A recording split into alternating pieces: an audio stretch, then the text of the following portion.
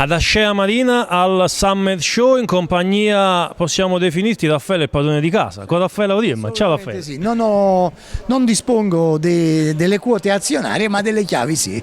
Raffaele, ecco, io voglio con te parlare ovviamente di quella che è la serata di questa sera, perché ci saranno le premiazioni, ci saranno tanti ospiti. Ecco, svelaci qualche retroscena, qualche ospite che magari non è ancora venuto fuori. La retroscena che ti voglio svelare è che questo evento porta bene a quelli che noi invitiamo. Noi avevamo non solo invitato, ma anche ottenuto l'ok. Per uno c'era anche il biglietto del treno già fatto, andata e ritorno, a 3 calciatori: Darboe della Roma, Udogie dell'Udinese e Zerbin del Frosinone, tutti e 3 certi di venire. Darboe è andato in nazionale con il Gambia e ha vinto la Conference League, quindi diciamo che non è male come prima cosa. Udogie assolutamente era certo che venisse, si è infortunato l'ultima partita Salernitana-Udinese, ha avuto un problema muscolare e oggi l'Udinese lo ha portato in Belgio per fargli fare una visita più accurata. Zerbin è il caso più clamoroso, convocato dopo che Udogie se n'è andato dalla nazionale perché è infortunato, convocato per i primi 2 giorni. Oggi era previsto venisse qua, Mancini ha detto no, lo portatevelo un'altra volta, e lui chiaramente stracontento. Ci ha mandato anche un video sia Zerbin che Darboe che faremo vedere nel corso della serata. Ecco Raffaele, ovviamente con te non posso non parlare anche di quella che è stata la stagione del Napoli. Vogliamo parlarne, sì, da caro Raffaele, perché a me è rimasto qua. Lo scudetto mi è rimasto qua. Non so se lo vedi, sono contento ovviamente per la qualificazione alla Champions League, però c'è delusione. Quei punti buttati soprattutto allo stadio Maradona, e io dirò di più, non soltanto con le grandi, per me pesano più quelli con le piccole. Allora, i punti persi pesano tutti, però come pesano per il Napoli pesano anche per le altre squadre, quindi io cerco di circoscrivere l'ambito della sofferenza e della delusione nel mese di aprile, che è il mese storicamente fondamentale, che non puoi mai sbagliare, perché se sbagli qualcosa nel mese di aprile non hai più possibilità di recuperare, perché è vero che si sono perse le partite con lo Spezia e con l'Empoli in casa, però anche Inter e Milan hanno avuto degli scivoloni in quel periodo.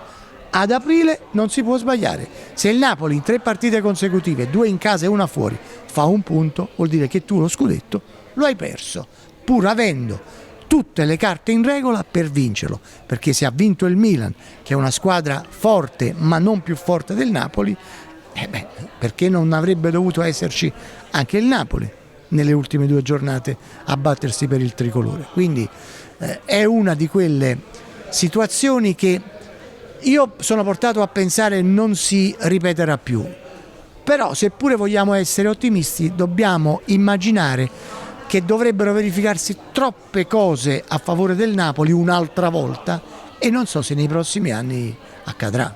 Il Napoli lascia partire Lorenzo Insigne in scadenza di contratto, lascia partire Fosi Gulam in scadenza di contratto, li sostituisce con Mattias Olivera dal Getafe, ieri l'annuncio ufficiale, e con Kvaratskhelia. Ecco, dove guadagna e dove perde il Napoli la prossima stagione con queste 2 partenze e questi 2 arrivi? Ma se perdi 2 calciatori del peso di Gulam e di Insigne, qualcosa lo perdi in termini di esperienza soprattutto.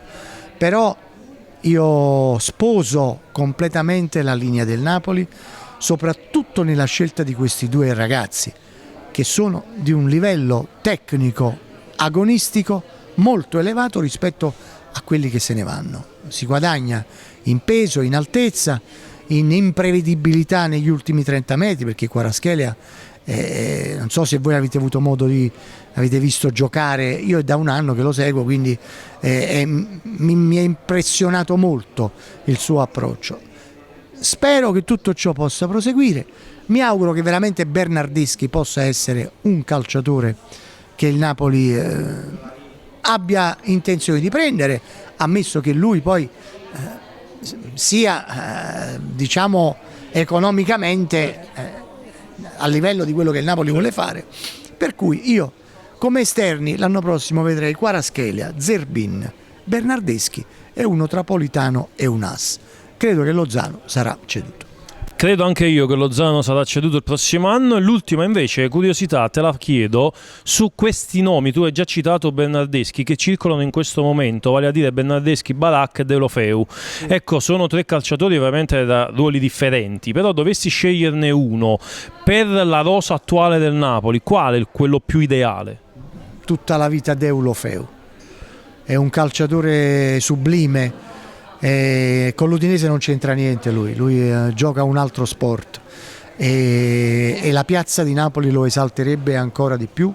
Io l'ho visto all'opera molto nel corso di questa stagione, se mi segui sai che parlo di Deulofeu ormai da tempo, ne ho parlato con il suo agente per 2 volte nell'arco di un mese, l'ho visto di persona in Salernitana Udinese, è un calciatore che se il Napoli vuole fare il salto di qualità deve assolutamente prendere. Raffaele, io te lo posso chiedere, quindi lo faccio senza nessun tipo di problema.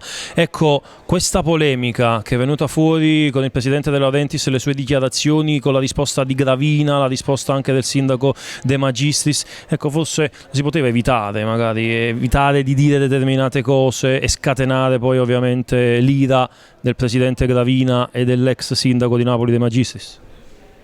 Si poteva evitare, quante cose si potrebbero evitare, però succede e forse nei toni potrebbe migliorare De Laurentiis, ma credo che abbia sempre ragione lui. Quando dice una cosa è perché è quella cosa lì che sta succedendo. Con i toni molte volte sbaglia e glielo dico, però nei contenuti De Laurentiis raramente dice cose sbagliate. Grazie Raffaele. A voi.